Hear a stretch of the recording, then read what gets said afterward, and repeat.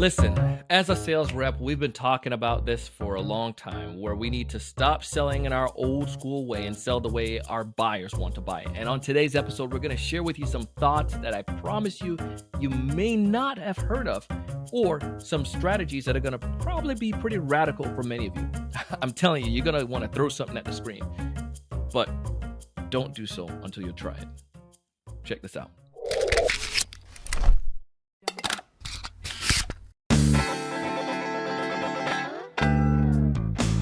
Hey, everyone. Welcome to another great episode of the Sales Evangelist podcast. I'm your host, Donald C. Kelly, the Sales Evangelist, and I'm so excited for another great episode. I'm so excited to be here with you today. And on this episode, we're going to talk about something that's going to be controversial, and sales reps like you are going to get upset. I know some of you are going to stop the episode and say, this is bogus, this is hogwash. But the principles, I'm telling you, before you do that, is sound. And listen to the logic. When you listen to what Evan has to share, you're going to say, oh my goodness, it makes sense. Well, my guest today is Evan Powell. He's the founder of Reprise, and he's going to talk to you about how we can do a better job as a sales professional. He's going to share a revolutionary idea that some of you, again, may find controversial, but I promise you when we get done, you're going to see how it makes total sense. If this is your first time listening to our podcast, please take this link and share it with somebody else. After you get done and you find benefit from it, also subscribe to this podcast so we can notify you every single time we have a new episode coming out. Let's go ahead and dive in and get a chance to hear what Evan has to share. Evan, welcome to the show. Donald, thanks so much for having me. Excited to be here. Of course, man. First off, I'm looking at your swag there, and I'm like, man, that sweater looks pretty cool. Like, I need to make sure I get one of them Reprise swag pieces, man. we can definitely work on that for you. Yeah, they're really warm, which in Boston today is necessary. So, yeah. I'm in South Florida, so it's maybe not needed yet. Maybe that one day. It's gonna be like that one day in like February when we get like a snowstorm, but I mean not snowstorm, snowstorm up north, and we get a cold front. So I lived down there in middle school. I remember when it got under 50, my school would give us hot chocolate. That was so. I definitely.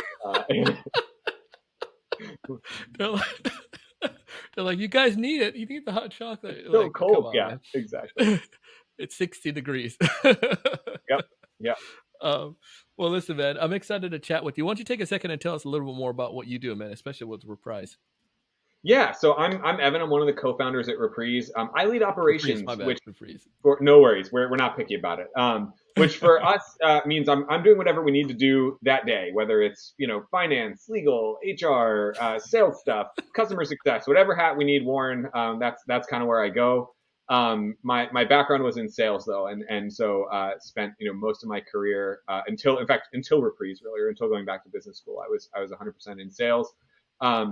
Reprise, we're a demo creation platform, so we enable sales and marketing teams to really easily capture the front end interface of their product, their software product, and then create a demo environment that looks and feels and behaves just like the real thing, but is super flexible so that you can edit it and customize it and have the perfect demo to put on your website, use in a live call, send out in an email, whatever it is going to resonate most with the prospect. Love it. This is awesome. Every sales rep listening to this need to check it out. We have a link in the show notes. For sure. So, and we have a free version. So yeah, go sign up. Let's dive into this though, because with your background, with your experience running the organization you run, dealing with the clients you guys deal with, you have large clients and folks all across the spectrum. Selling the way our buyers buy, looking at the way that life was in 2022 compared to where things are now, and how things are going as we're kicking off this year. I mean, it's just like I say, like it seemed like it was long ago. It's just like 2 weeks ago the year ended, but but kicking off this year, like, why do you feel it's important now more than ever for us to make sure that we're selling the way that our buyers want to buy? Absolutely. I mean, I think it's part of a longer trend that it's really being accentuated right now in the current environment, right? So, I mean, if you look, like I first started in sales in like the early 2010s, right? And at that point, like I was selling SaaS. A lot of people had never bought software before, had never bought SaaS before, and buyers really wanted their hands held, right? They wanted you, tell me what I don't know. Let me read your blog post, and sure, I'll sit down and have a 30-minute consultation with you before I ever see any product, or let's do 5 discovery calls, and then I'll invite you in to see my entire exec team, and we'll present. And that's just not the way things are right now. Like the modern buyer has bought 10 things. They're jaded. They've had some of them work. They've had some of them not work. They've developed a buying process that they want to use. Sales hasn't caught up, right? We're still selling like these buyers are like, show me what I don't know. Come sit down and consult with me. When buyers actually want to do most of the research on their own. And this mismatch is causing a problem that's only accentuated in the uncertain economic environment right now, right? So prior to everything that is going on at the moment, Gartner was saying 77% of buyers said that their last B2B software purchase was too difficult, right? And that is just like an indictment. Whoa. How many? 70 what? 77% of people said that their last B2B purchase was too hard, right? So if we're in sales and you see that number, right, that means that 23% of people that did a B2B software purchase thought it was easy enough. And our whole job in sales is to make that process easy. That is a failing grade, right? Yeah. And this is, by the way, and there can be a lot of reasons for this. First of all, it's sales, but then there's also, this is now getting harder internally as well, right? Like find a CFO who's excited to buy software right now.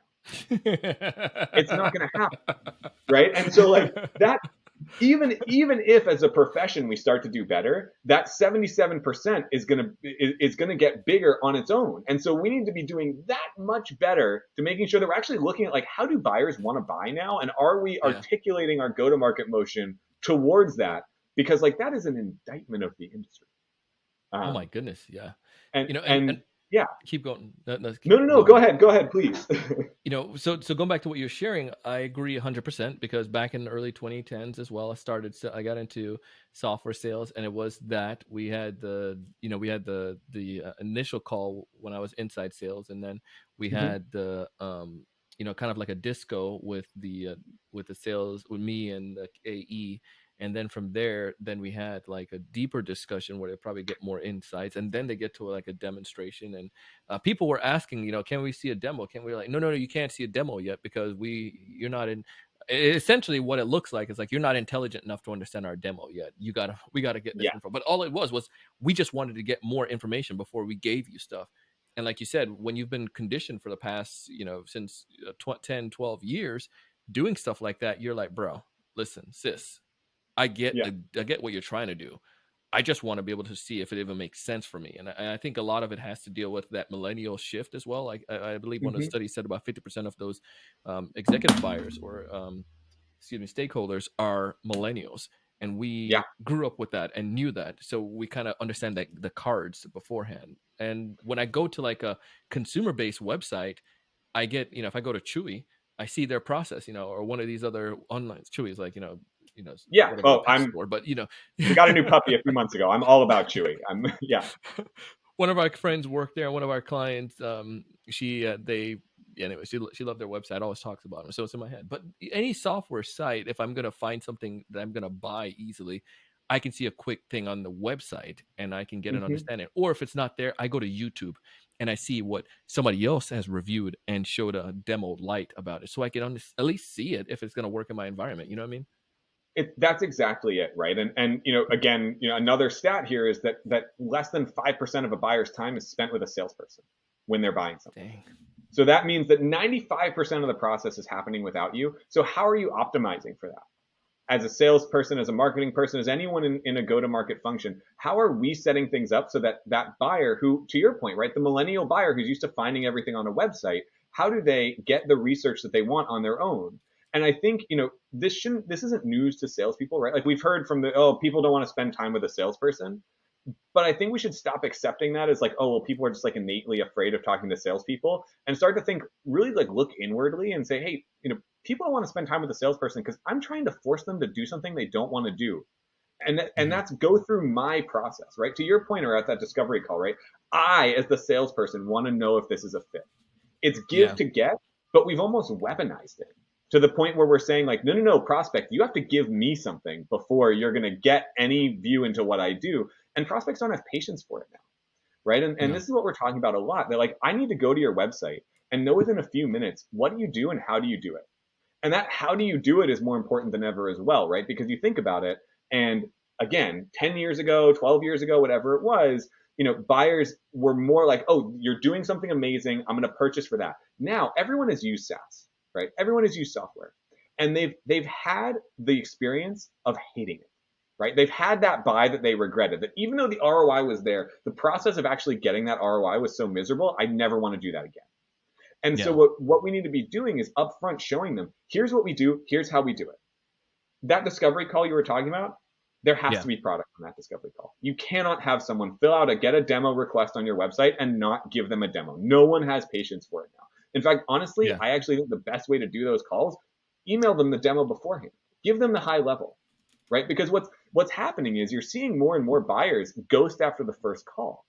And Yeah. salespeople are getting upset. What's going on? They're ghosting after, or ghost if it's not the demo. They get the demo and then they ghost you later. Why? Well, it's because they were just trying to do their research. They weren't ready to talk to you yet. And then Yeah. it's real. You have that awkward moment of, so I'm thinking about a call next week, and they're like, yeah, I'll get back to you. And it's not because they don't like you, although now they don't like you because you've just tried to force them into a meeting they didn't want to have. But it's that they just needed, they were still at the research stage, and you were trying to push them into a buying funnel that they weren't ready for. And we see this really consistently, right? Is that like, a big part of what we do is help people put demos on their website. When that happens, people that take those demos, sales cycles are shorter by sometimes as much as half. Conversion rates are higher by sometimes as much as 2x. And it's because the people that take those, they got what they wanted. We've had experiences where we put a demo up on a website. It's actually not that uncommon. Put a demo up on a website, and the first week, the marketing team's freaking out because they're like, oh my gosh, my lead numbers dropped. And it's like, well, what's actually happening was the next week, all those people come back and ask to talk to sales. And it's because they were getting what they wanted. They hit your website. They wanted to know what you did. They saw that demo. And then they came back and converted at 2x the rate because they were happy that they'd had to do stupid discovery calls with everybody else in the space. You just given them what they wanted. So they were already, by the time you talked to them, they were a step ahead of where you were with everybody else. So true. This reminds me of, and I think maybe in our pre-call we may have alluded to this, but there was a gentleman I was talking to, and one of the things that he emphasized was how they stopped having, not everything, but they started doing more less gated stuff on their website. And I was like, for Yeah. me, I'm like, what are you thinking? That's what am I going on my P brain at the time? Like, no, no, no, we need the info, we need the emails. But then he pointed out, it was like, tell me the last time you got something from a website. And then I was like, explain. It's like, what email did you use? And then I was like, oh crap, you're right. I use Yeah. like that bogus Gmail that has 20,000, spam stuff going into it. Like, I don't necessarily, because I want to just see at this point. I just want to get a point of entry. But the beautiful side though is that, like you said, you give me what I want. It may feel like you lose control, but it's who did you really have control in the first place if I'm giving you a bogus email? Like, you give me Exactly. what I want, and then I come back, and I think that's what makes that conversion rate higher. It's now it's like the people who are coming and booking demos are actually really interested, or not demo, but booking to talk with your team are interested in that now because Yeah. it's my real. This is for realness. This is I'm ready for that. So it's Well, like, and we trained as an industry. Sorry, I was just saying we trained buyers to bounce off gates like that, right? Everyone, you see a yeah, gate on a website, you know what that is. That means your phone is ringing within 5 minutes. You've got 10 emails, and they're never going to stop until you either book the call or tell them you're not interested. And that's really tough when the content that's being offered sometimes is like, here's a cool stat about your industry. Like, I yeah, want the stat, but I don't want to be harassed. And so, yeah, like, what we talk about a lot is like, you know, ungate these things, be that trusted advisor to people that we always say that we want to be as go-to-market professionals, be that up front and give them advice. Give to get, but you have to do the giving, right? And I think yeah, sometimes we in the sales profession have kind of warped this into like the prospect has to give us things, and it's got to be the opposite, right? We need to provide value if we want to get their time, their attention, their bandwidth on a call, so they're not slacking somebody else at the same time, right? And I think we need to be thinking about how to do that. And that goes into the funnel as well, right? Like, we're just talking right up at the top of the funnel, but I really yeah. think it's throughout. It's the same thing of like when you actually have that call with them, use the data from what they did, look at and customize things. Do the discovery via the demo itself, right? Like, there's the discovery call, which is like, let me ask you 20 questions, and then I'll show you some product, and it's going to be the exact same demo I would have given you if we hadn't answered the 20 questions. Or there's, I'm giving you, and this, but like, this happens all the time, or maybe All it's the one of the time, three. all the Yeah, time. and I say, and by the way, right, like, this is the sort of thing where since I started Reprise, I find myself on the other side of buying conversations much, much, much more Uh-huh. often. And the number of times that I see a salesperson do what I remember was a best practice, what I was taught as a best practice, what I taught other people to do as a best practice, and I think this is really annoying. I wish this wasn't happening. It happens all the time, right? So I don't want anyone to necessarily, I mean, feel a little bad, but don't feel super bad about this. Like this is an industry shift that needs to happen. And so you Yeah. start doing things where, imagine you're giving a high level demo, but instead of asking the questions up front, you're using the demo to get those questions. Hey, prospect, I just showed you this thing, and based on what I heard from you at the beginning of the call, and what I saw you were doing on the website, I think you would use our software this way. Is that right? Now, that is, if a salesperson asks me that question, I'm going to give them so much more information than if it's like, so what are you here for? Right? Because I hate that because one. Hate now, it. you've shown me some value, and I'm either going to tell you, yes, that's dead on. That's exactly what I would do. Or I'm going to say, you know what, actually that wasn't right, but let me tell you what is, because clearly you're making the effort. You're going above and beyond, right? And Yeah. and that and again, right, that continues throughout the process. That continues into the, helping the buyer do, like, we need to help buyers sell internally because they don't want to invite us in front of their execs. Sorry, like salespeople, we've generally burned that bridge. Like you can get there certainly in big enterprise sales where you're talking $7, $8 million deals. You might be able to do it after it's 6 months of working with somebody. But in a more like mid-market or even lower enterprise sale, you're not going to get in front of buying team, right? Like, when we were small, I took a lot of these buying meetings directly. These days, it's not that I don't like salespeople or like knowing things. I just don't have the time. And our sales ops folks and those kinds of they've had this experience before. They want to just bring me a recommendation and tell me why I should go with it. But I still want to see some of the product. So how do you Mhm. enable that? You need to be thinking about, like, how do I enable my champion to be me internally? How do I get in the room when I'm not there? Because if Yeah. I insist on being in that, I'm going to slow down my sales cycle. I'm going to make people frustrated with me because that's not the experience that they want. And then also the simple fact too that it's just hard to get them all gathered together in the first place.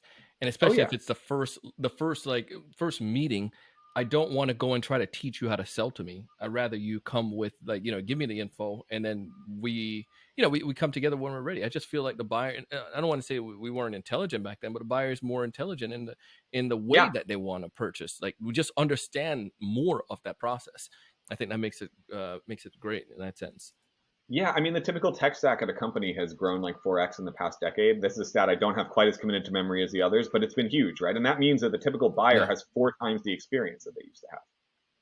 Yeah. And So in many cases, right, they know how to have that meeting. What they're looking for from the sales rep is like, what are the tools, right? Like, yeah. what are the things I need to tell my CFO? What are the things I need to show my people internally? Because you've sold this more than me, but I've bought more things at my company than you have.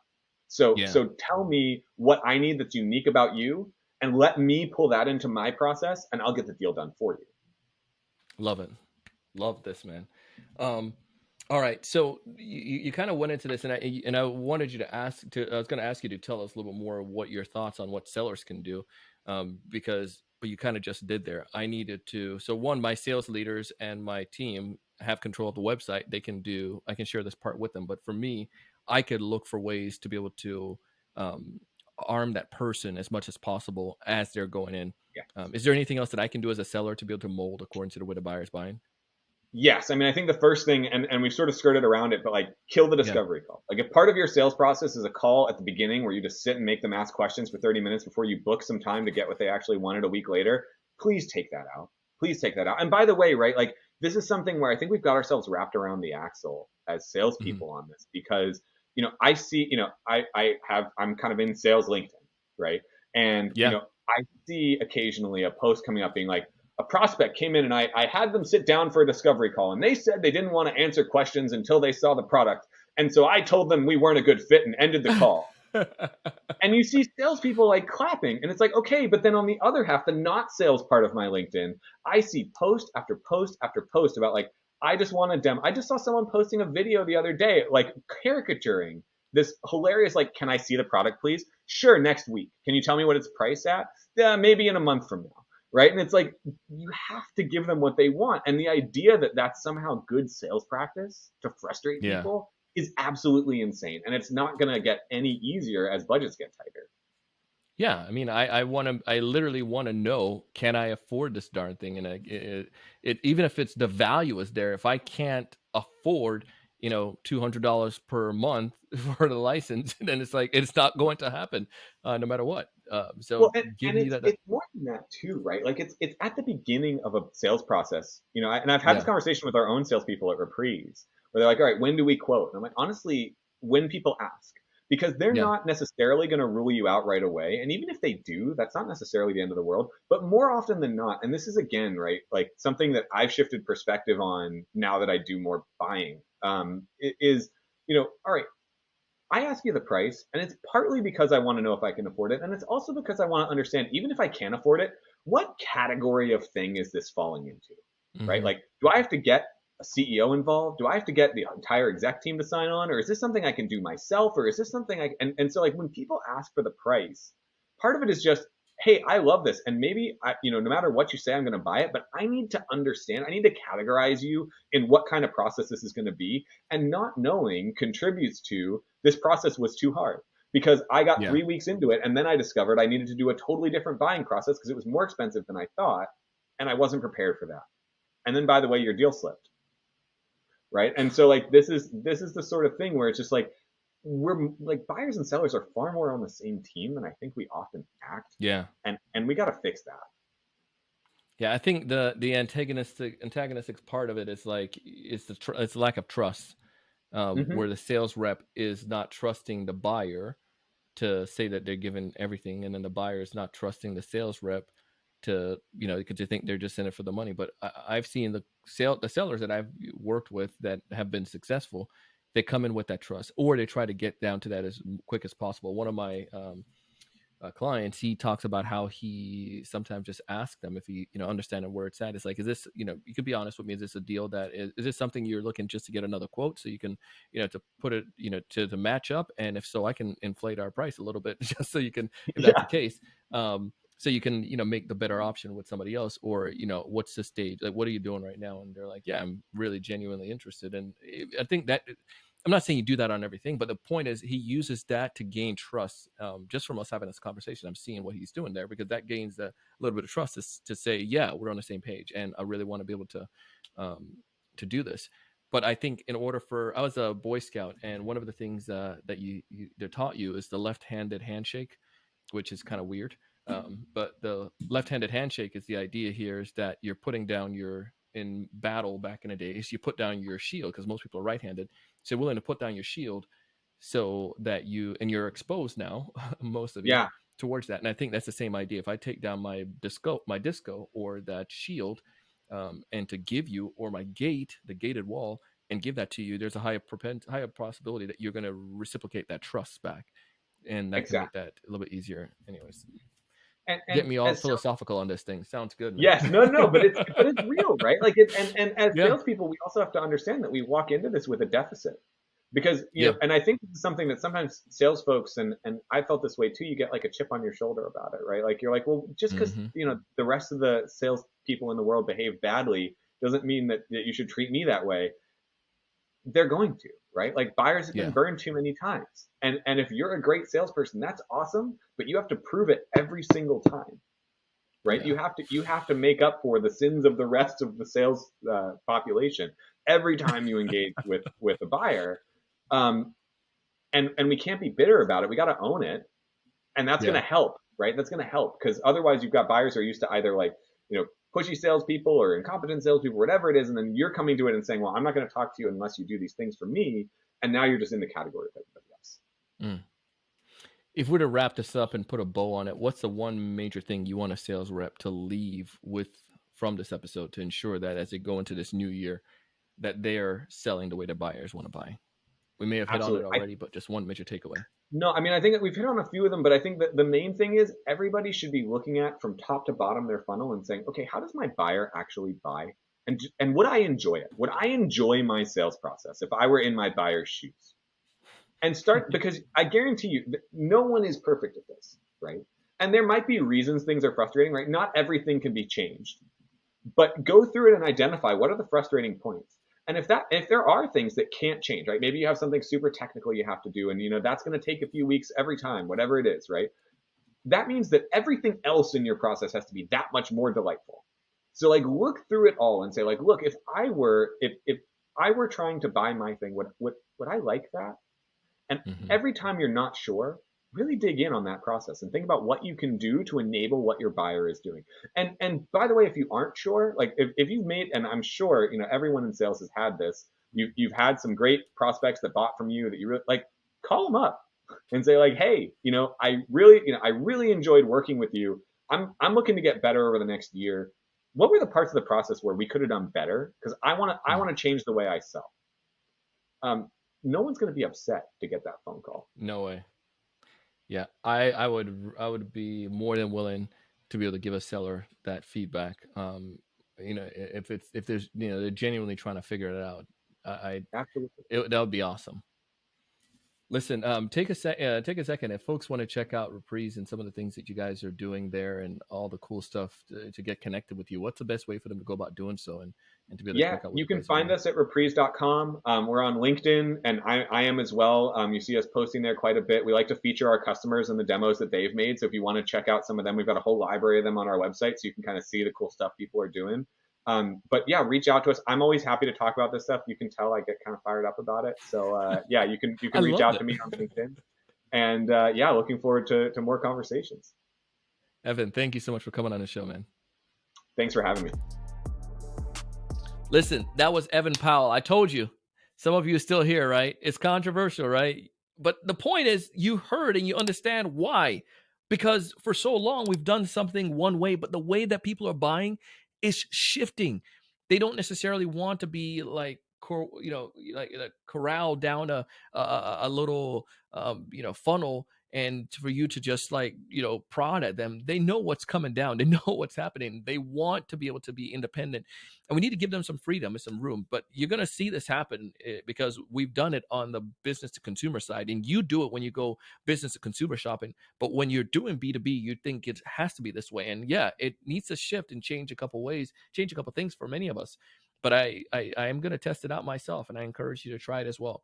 Connect with Evan. Tell him you heard him here on the Sales Evangelist, and see how some of the cool things that he's doing can benefit you and your team. Listen, as always, this podcast is dedicated in helping you build a better pipeline and to close more of that pipeline. We want you to thrive. We want you to succeed. But most importantly, I want you to raise your level of thinking. I want you to take advantage of those sponsors. I want you to take advantage of the benefits they are offering, and I want you to apply it. I want you to go out and do big things. Thanks so much for watching today.